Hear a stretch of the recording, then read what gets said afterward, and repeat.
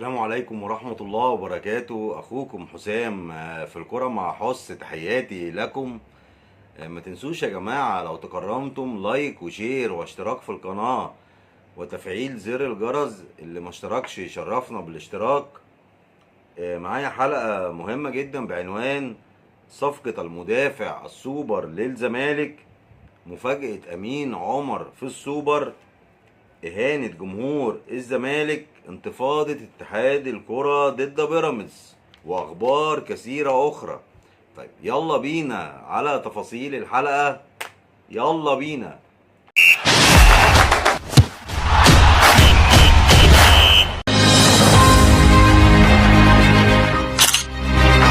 في الحقيقة يا جماعة يعني أكيد طبعا يعني بعد أداء ماتش الزمالك وبروكسي ومن قبلها البلدية واكتر من مباراة لعب بيها جوزيه جوميز بالناشئين، حتى الاساسيين للفريق يا جماعة بينقصهم نواقص كثيرة جدا. يعني انت في الحقيقة محتاج حارس مرمى جنب صبحي. لو صبحي اتصاب طب مين هيبقى البديل؟ الراجل طبعا يعني بيحاول يطلع حراس مرمى زي عمر عبد العزيز واكتر من حارس، لكن انت محتاج فردة تقيلة. بالنسبة لمحمد عواد لسه موقفه لم يتحدد، وعايزين الحقيقة لو سألتوني يعني رأيي بكل صراحة مش هقدر اخبيه. يعني عواد اقل من طموحات نادي الزمالك. هي المشكلة بس في موضوع يعني التعاقد مع حارس كبير ممكن يكلف خزينة النادي اموال كتيرة جدا بيبقى ليها حسابات. ايضا يا جماعة يعني احنا محتاجين اتنين في قلبي الدفاع على الاقل. يعني لو الراجل مقتنع بحسام عبد المجيد والزناري هيكمل، يبقى على الاقل نجيب طيب حارس واحد، لكن مدافع واحد، لكن احمد مجدي ورفاعي واحمد رفاعي في الحقيقه لازم يطلعوا للاعاره يكتسبوا خبرات يكتسبوا ثقه، لكن ما ينفعش يبقوا متواجدين في قائمه نادي الزمالك الموسم الجديد. ويا ريت لو جبت حارس واحد تحط فيه بقى ميزانيه كبيره، لان يعني وضع برضه دفاع نادي الزمالك مش بخير. لو جيت بقى على خط النص لو لاحظتوا ان دونجا مستواه ابتدى يقل في اخر 3 مباريات، لان هو بيلعب بصفه مستمره. فده طبعا يا جماعه يعني بيعمل ارهاق للاعب، ايضا ضغط نفسي وحاله من عدم التركيز، وخصوصا طبعا بعد غياب كمان شحاته وزيزو وحسام عبد المجيد للمنتخب الاولمبي. فانت محتاج لاعب بيلعب رقم 6 برضه في التعاقدات. ايضا يعني خلاص يعني بما لا يدع مجال للشك انت محتاج وينجين، يعني وينج يمين ووينج شمال. وزي طلبات مستر جوزيه جوميز من نادي الزمالك محتاج ايضا مهاجم اجنبي مش مهاجم محلي. طبعا كانت في تصريحات يعني غريبة جدا من مدرب نادي بروكسي اللي هو اسمه محمد حامد. يعني محدش يعرفك اصلا يا كابتن محمد. بيقول ان الزمالك لو لعب زي الاهلي كل 3 ايام ما كانش هيكسب بروكسي. لكن في الحقيقة يعني هو الحق يا جماعة مش عليه الحق، يعني على اتحاد الكورة اللي وصلنا للمهزلة دي. يعني كان طالع في احدى الحلقات التلفزيونية وبيقول كمان يعني ان انا قلت للحارس اقع علشان اعرف اتكلم مع اللاعبين. وبيقول كمان ان هو يعني ازاي مستغرب ان لاعبين الزمالك ما خدوش اي ايقافات بعد المباراة نتيجة يعني لبعض الاحداث من وجهة نظره الغريبة جدا في المباراة. وبيقول كمان جوميز بيلعب الناشئين بشكل عشوائي، وفي اخر المكالمة العجيب جدا بيقول انا زملكاوي. يا اخي هو في زملكاوي يتكلم بالطريقة دي؟ غير طبعا حديثه ان ازاي دونجا بيلعب، ده كان عنده ايقاف. طبعا يا جماعه يعني نادي الزمالك قبل ما يعني قبل المباراه استوضح من اتحاد الكوره، حتى اتحاد الكوره بعد المباراه نزل بيان يعني صحفي يوزعه على الصحفيين، قال لهم لا موقف الزمالك سليم، ما فيش اي لاعبين عندهم ايقاف. ولكن يعني في ناس كتيره بتحب تاخد اللقطه على حساب نادي الزمالك. كفاياكم بقى يعني عيب في الحقيقه اللي انتوا بتعملوه ده. هو نادي الزمالك مش الحيطه المايله. كمان يا جماعه من ضمن الغريب جدا والطريف الاستاذ ايهاب الكومي اللي هو عضو اتحاد كره القدم.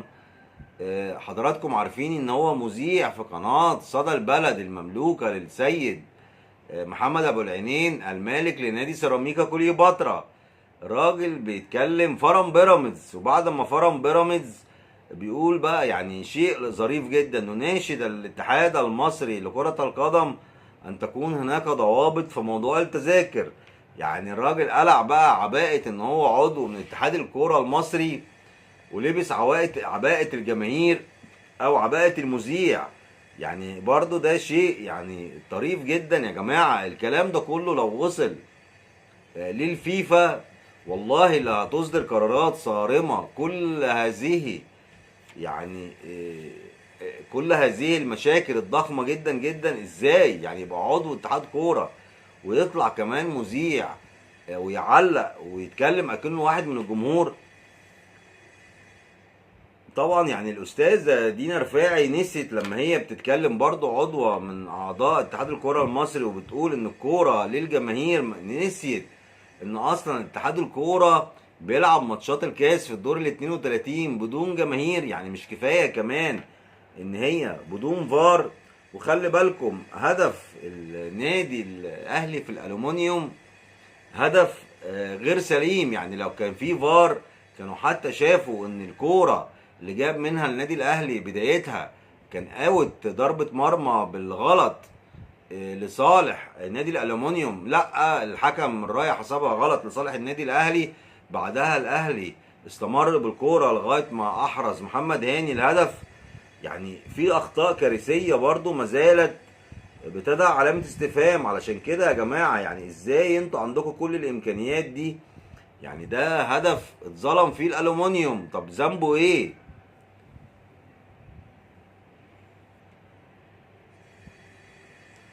في بعض الحلقات يا جماعة كان يعني بعض المذيعين مستضيف اكتر من ضيف، في اخر الحلقة بيتكلموا على ان بعض جماهير نادي الزمالك بتروح تشجع نادي بيراميدز علشان فيه فلوس ووجبات. عيب جدا يا جماعة الكلام ده. على العكس تماما يعني الكاميرا رصدت احد جماهير النادي الاهلي وهو بيروح ماتشات بيراميدز. يعني بيراميدز بيلعب مع اي فريق هو بيروح، وايضا لما يكون الاهلي بيلاعب اي فريق برضه متواجد. يعني يا جماعه عيب التهريج ده، دي اهانه في حق جماهير نادي الزمالك، والمفروض في الحقيقه يترد. يعني ما كانتش الحلقه دي تعدي، كان لازم يبقى فيه رد. لكن الكلام ده للاسف جه في اخر الحلقه. شيء بقى يعني عجيب ومريب بيحصل. يعني في لعبه كده بتتلعب لو صدقت فعلا هتبقى ريحتها قذرة جدا جدا، وطبعا اكيد هتضر بمصالح نادي الزمالك. في بعض المواقع الصحفية التابعة للكاف الافريقي بتقول ايه؟ بتقول ان بما ان طرف مباراة السوبر الافريقي الاتنين مصريين اللي هما الزمالك والاهلي، فما فيش مانع ان احنا نجيب حكم مصري. وبيقولوا كمان ايه؟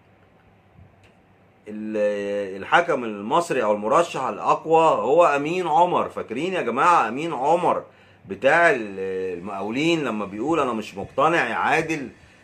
والراجل كاتب على صفحته انا عاشق للنادي الاهلي، بجانب اصلا يا جماعه ده يعني لو تم هيبقى شيء مهين جدا وشيء مريب. لان خلي بالكم الاتحاد الافريقي ده يعني مش من عادته، يعني اول مره هتبقى تحدث. لان من قواعد الاتحاد الافريقي ولوائح الاتحاد الافريقي يا جماعه ان ما ينفعش حكم يحكم من طرفي المباراه. يعني على العكس تماما، يعني ده الزمالك والاهلي حتى لو نفس الفريقين برضه ما ينفعش حكم مصري يحكم. هل ده اللي زق الفكره دي الاتحاد الافريقي من خارج الاتحاد الافريقي؟